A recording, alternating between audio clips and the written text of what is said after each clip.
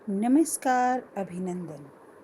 आज की इस संस्कृत कक्षा में आप सभी का सुस्वागतम, अभिनंदन। प्यारे बच्चों, हम नैतिक मूल्यों पर आधारित सदाचार नामक इस पाठ को पढ़ रहे थे और हमने इन श्लोकों के माध्यम से जाना था कि हमें किस प्रकार का व्यवहार करना चाहिए और किस प्रकार के व्यवहार से बचना चाहिए। जी हाँ, इन श्लोकों में हमें जीवन जीने का एक बहुत सुंदर तरीका सिखाया गया और जो चीज़ें हमारे लिए अच्छी हैं उन्हें समझाया गया।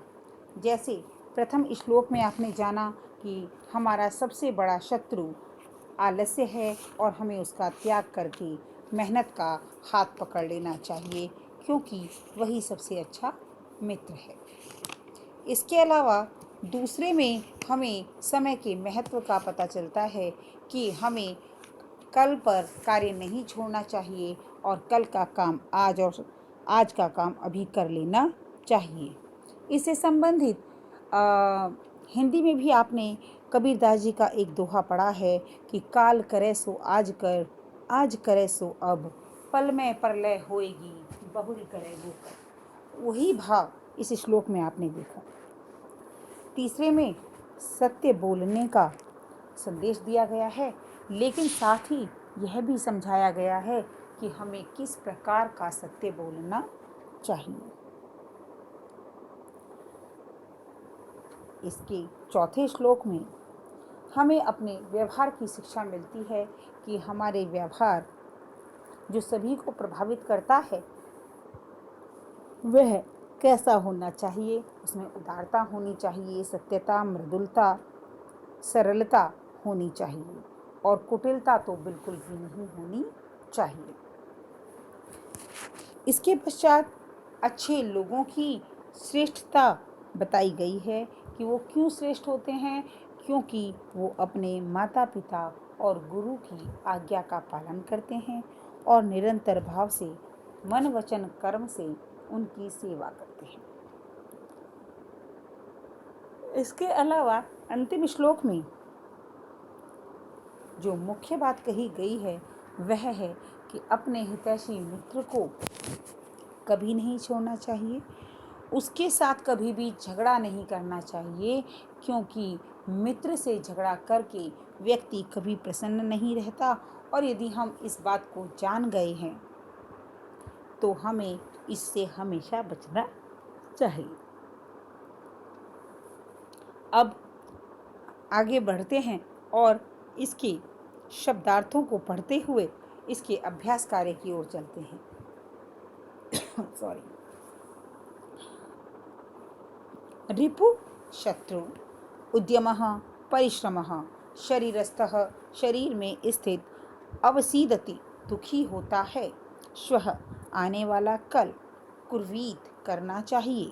पूर्वाह्ने दोपहर से पहले, अपराहिकम दोपहर के बाद, अनृतम झूठ, सनातन सदा रहने वाला, सदा से चला आ रहा, स्यात् हो, औदार्यम उदारता, ऋजुता सरलता, मृदुता कोमलता, कौटिल्यम कुटिलता, सेवते सेवा करनी चाहिए, परिवर्जित बचना चाहिए, वाचा वाणी से। जी हाँ, अब देखिए इसके अंतर्गत हम आगे कौन कौन से अभ्यास कार्य करेंगे। प्रातः काले ईश्वरम स्मरेत।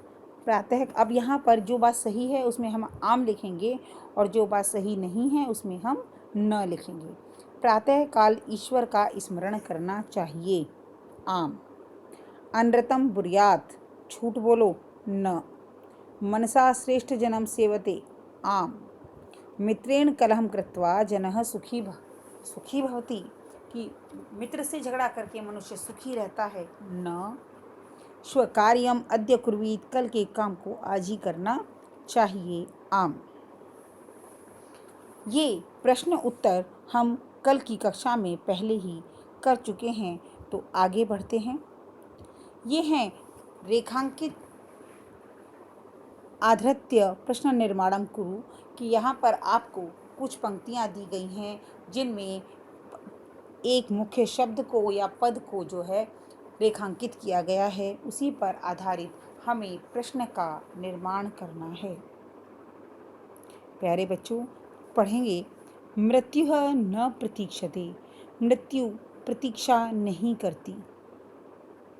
अब मृत्यु शब्द को यहाँ पर रेखांकित किया गया है, तो यहाँ पर जो प्रश्नवाचक शब्द आएगा वह मृत्यु के स्थान पर आएगा, तो यह बनेगा कि किम न प्रतीक्षते, कि कौन प्रतीक्षा नहीं करता। अगला देखेंगे। कलहम कृत्वा नरः दुखी भवति, कलह करके मनुष्य जो है वह दुखी रहता है।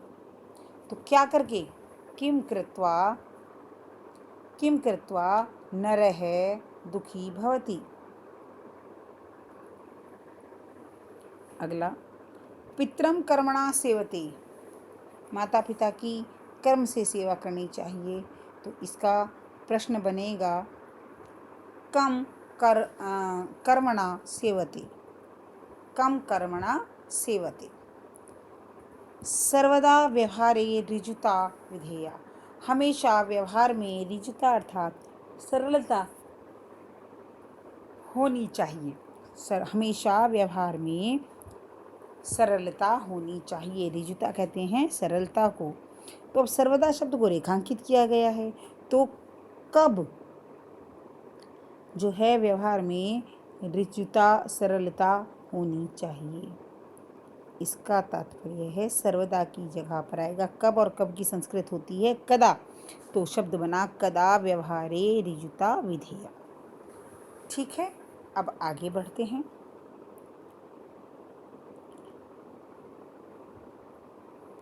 यह अभ्यास कार्य आप अपनी पुस्तक में ही कर सकते हैं।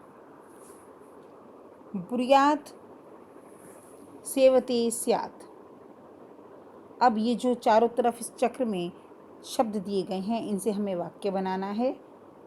ब्रूयात, सेवते और स्यात्, इन तीनों शब्दों को जोड़कर।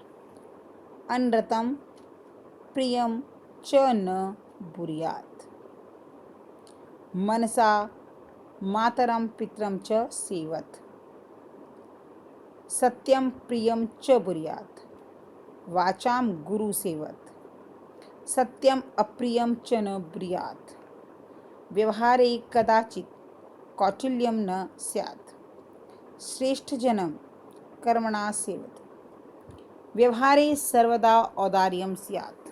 अभी ये इन सब का हिंदी अनुवाद मैंने आपको पहले भी से पढ़ाया था, इसलिए सिर्फ संस्कृत भाषण द्वारा इन्हें समझाने का आपको प्रयत्न किया है। यदि समझ में नहीं आता तो आप मुझे बता सकते हैं, इनको दोबारा हम कर लेंगे। ठीक है, चलिए आगे बढ़ते हैं। भक्त, अब देखिए आपके सामने एक मंजूषा है और उसमें से हमें शब्द छांट कर चयन कर इस रिक्त स्थान में भरना है। देखिए, भक्तः ईश्वरम स्मरते, कि भक्त कब करता है ईश्वर का स्मरण। तथा च कदाचन सदा च अपि, सदा भक्त है सदा ईश्वरम स्मरति। दूसरा, असत्यम न वक्तव्यम, असत्यम न वक्तव्यम, प्रियम तथा सत्यम वदेत, प्रिय और सत्य बोलना चाहिए। लता मेधा च विद्यालयम गच्छतः। अब लता मेधा, लता और मेधा, तो च का मतलब होता है और, च का मतलब और। अपि कुशली भवान, आप भी कुशल हैं। भवान कहते हैं आपको। महात्मा गांधी कदाचन अहिंसा न अत्यजत, महात्मा गांधी ने कदाचन अहिंसा न त्यजत, कि उन्होंने कभी भी अहिंसा को नहीं त्यागा। महात्मा गांधी कदाचन, कभी अहिंसा को नहीं त्यागा। यस, अब इनको आपको अपनी उत्तर पुस्तिका में ही एक एक शब्द लिखना है। केवल अपनी पाठ्य पुस्तिका में आप क्या करेंगे, आप पाठ्य पुस्तिका में केवल शब्दार्थ, अनुवाद और प्रश्न उत्तर ही लिखेंगे। बाकी आप अपनी पुस्तक में ही इस कार्य को पूर्ण कर सकते हैं। मैं आशा करती हूँ कि यह आपकी समझ में आ गया होगा और आप अपना कार्य पूरा कर रहे होंगे, क्योंकि हमारी अगली कक्षा से हम पीरियोडिक 1 परीक्षा के लिए अपने पाठ्यक्रम की पुनरावृत्ति शुरू करेंगे और इस पुनरावृत्ति से अपनी समस्याओं को जानेंगे और जो कार्य हमारा रह गया है या बीच में हमारी समझ में नहीं आया है उसे पुनः समझने का प्रयत्न करेंगे। धन्यवाद।